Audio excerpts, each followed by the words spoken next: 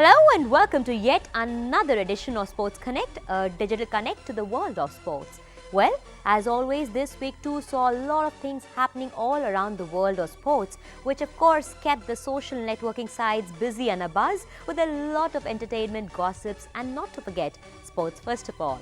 While kick-starting things from the Twitter world, there is a lot of things happening over World T20 this time. Many cool hashtags are rolling in the Twitter space. Well, such cool mania this time over the team hashtags is that they are just not hashtags. You can call them hash flags. Yes, every team has their own hashtag which is being featured by their country's flag.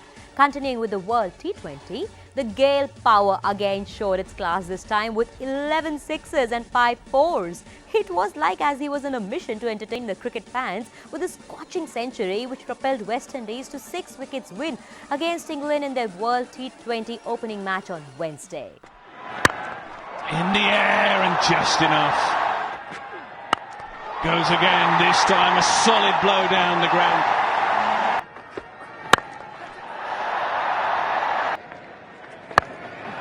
Short, finds the gap. Oh, look at that. That's towering. The biggest we've seen. And there he goes again. This is almost further. And look at that. Wow. There's another one. Doing things like that. Oh, he hasn't got it, has he? Yes, he has. I don't think he should stop. Why would you stop? And he goes again. 3 in a row. Oh, that is a gift. Goes again. It's going to bring rain. Just opens the face, gets it to short third man, goes to a wonderful 100. The big man, Chris Gale, has delivered on the big stage. He really is a superstar.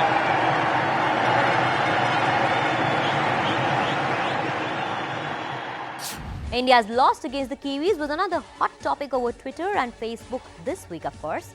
Coming into their T20 opener as raging bulls, the Indians were left scattered as sheep, beaten at their own game on a turf which Kiwis hardly knew. Many believe that this loss has come at the right time, knowing that it's not going to be easy after all for the Indians this time. Okay, so now let's talk about what has been up and scorching and hot on the world of internet. Let's not forget that India-Pakistan faced once again in the World T20 for the 5th time. So, what is the big deal about this? A lot about it. Well, first of all, have you seen the Mauka guy? I'm sure many of you would have. And for those who haven't, let me tell you that once again the Mauka ads are back, and this time the video features this boy who is seen talking to Afridi. And what is he talking about?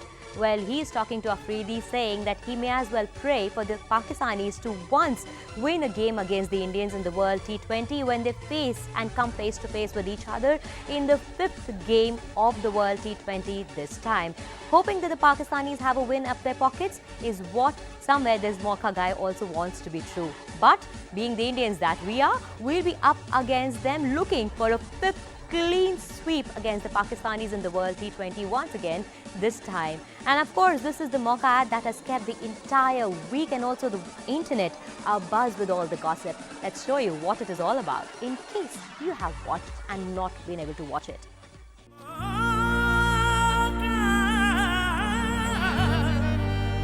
Hello Shahid भाई, मुझे आपसे कुछ ज़रूरी बात करनी थी।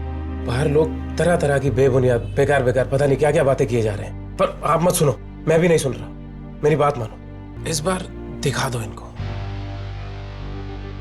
बता दो कि छक्का मारते कैसे हैं। बेटे इधर इधर, हमारी तो उम्र हो गई है, कम से कम इनके लिए ही कर दो यार। Taking a step ahead, trending video that hit the eyeballs of the social media users was this commercial ad featuring tennis star Sania Mirza and hubby cricketer Shoaib Malik. In this, like most Indians and Pakistanis can't seem to agree over which country is better. They disagree about where from the best sweets come from and weather and even cricketers. थोड़ा right ना left ना right left सही लग रहा है। अमृतसर के लड्डू मुल्तान का सोन हलवा। शिमला की सर्दी। इस्लामाबाद की बारिश। सचिन की स्ट्रेट ड्राइव शोएब अख्तर के यॉर्कर्स। पुराने हिंदी गाने पाकिस्तानी पॉप म्यूजिक। अच्छा पानी पूरी आलू चाट डोसा नेस्ले एवरीडे से बनी चाय। इस बात को तो मान नहीं था। बनारसी साड़ियाँ चाय लाइए।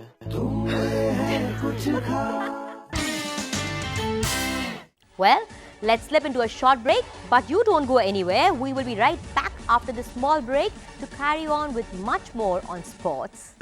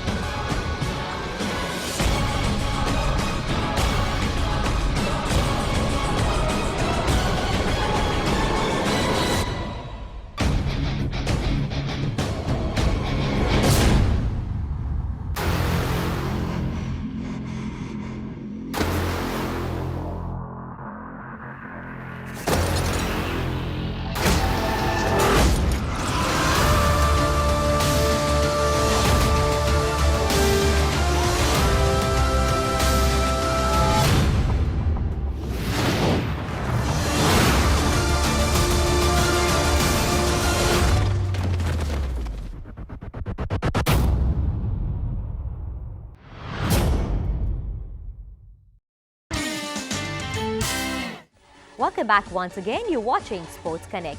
Just to remind all of you, in case you happen to miss this particular coverage of Sports Connect, you can always get in touch base with us and also watch us once again on Sunday mornings 8 a.m.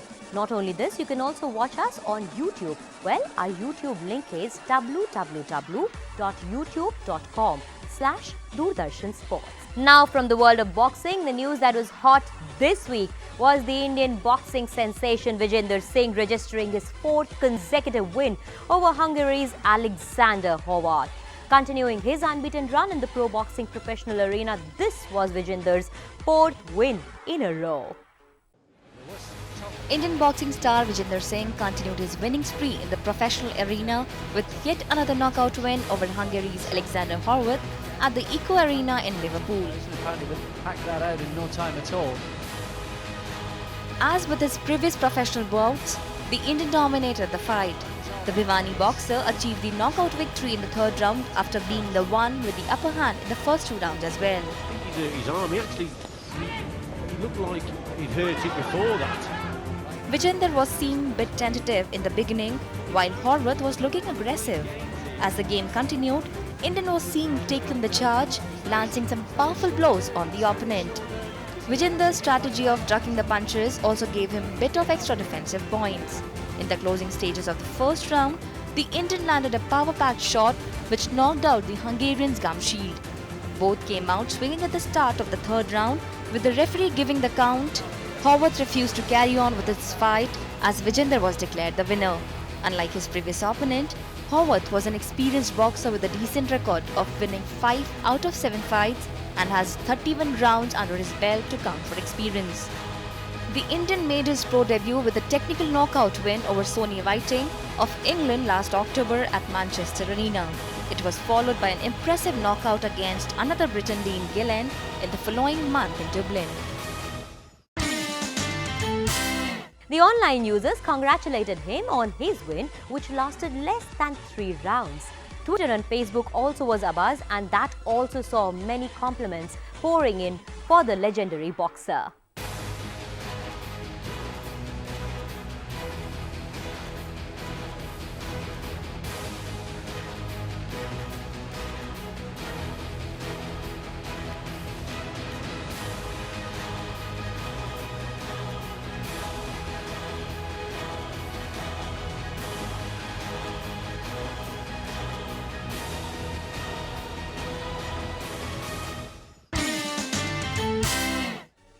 Now, the top news from the world of soccer this week was that the FIFA, which is the governing body of world soccer, demanded tens of millions of dollars from US government as restitution for bribes and benefits paid to its own former leaders, according to court documents. It says that its reputation and business interests have been damaged by being implicated in sports' biggest corruption scandal.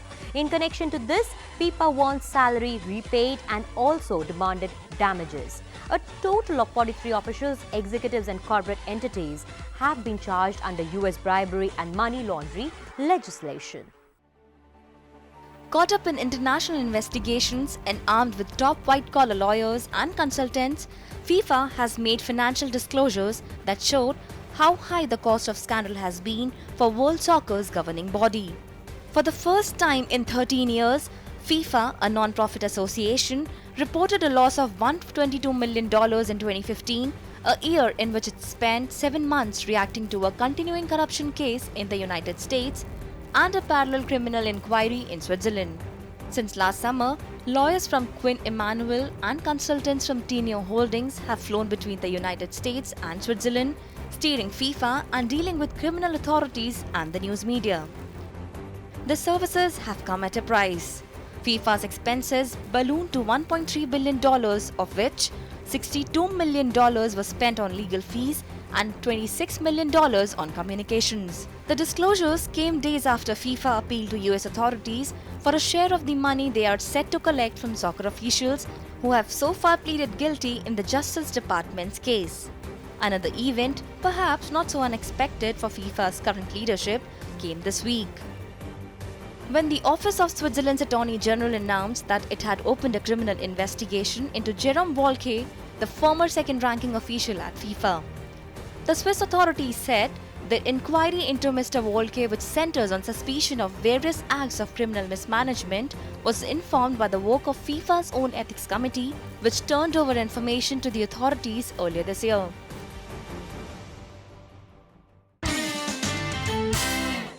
Moving on, there's something interesting for you. Well, from now onwards, a new segment featuring Moment of the Week will be on your way. I'm sure you must have seen some amazing catches of the World T20 this time. But this sprawling catch from Soumya Sarkar was best of the lot. So we thought, why not bring you a small peek into that? Go ahead and check this out. In the air, has he got enough?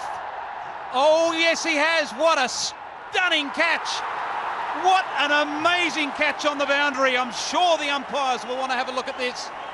But I tell you what, you'll do well to see a better catch than that.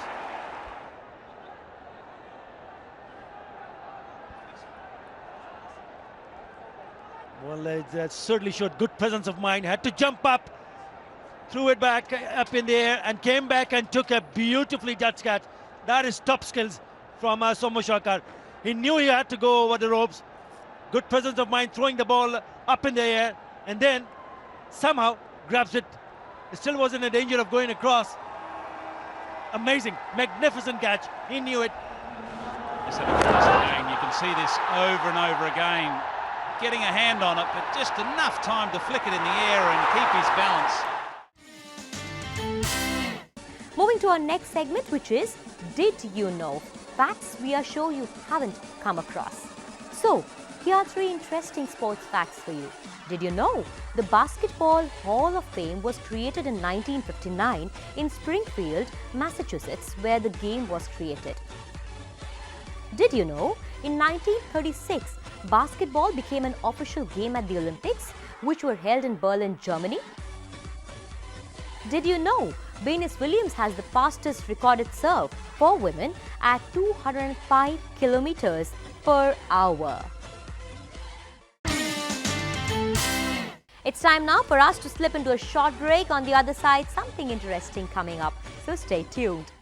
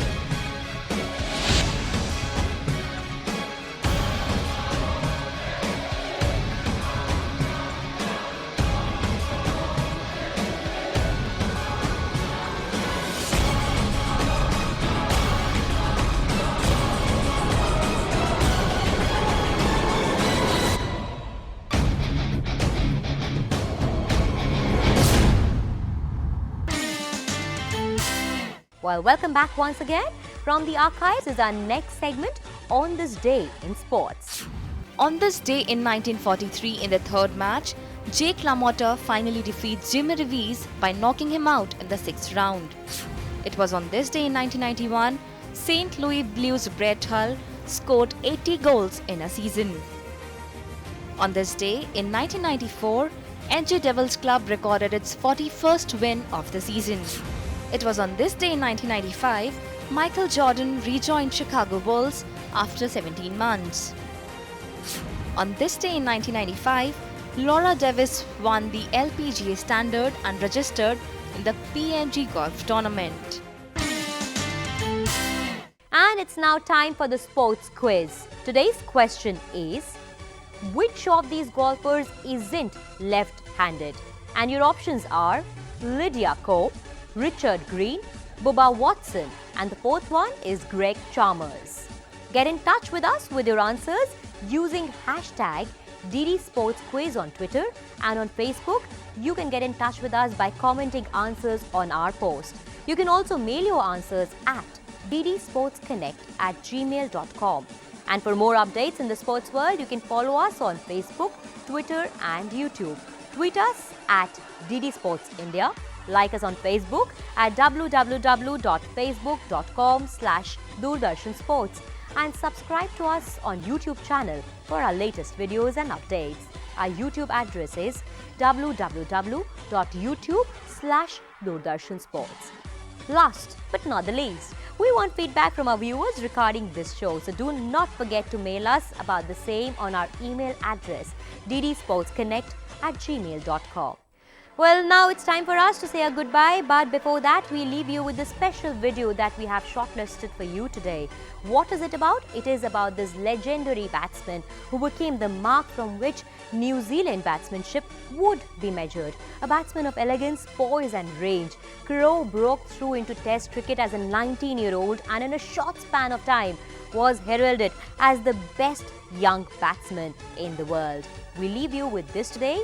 But we'll catch you once again same day, same time on DD Sports on your favorite show, Sports Connect. Till the next time, goodbye.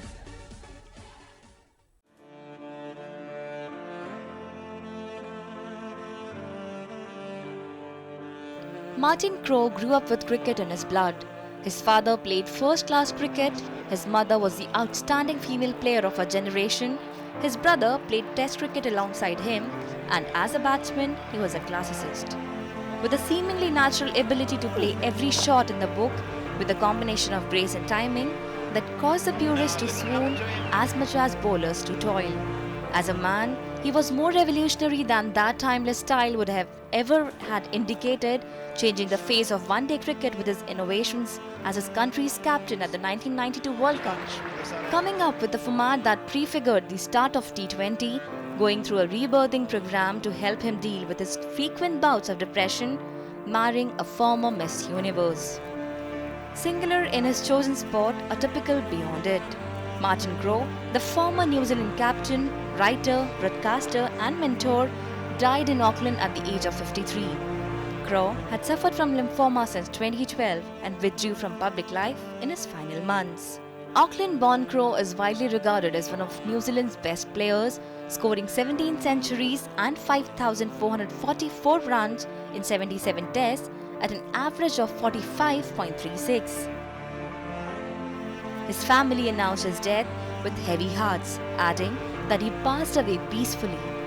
Crowe captained the Kiwis in 16 test matches and his highest score was 299 against Sri Lanka in Wellington in 1991.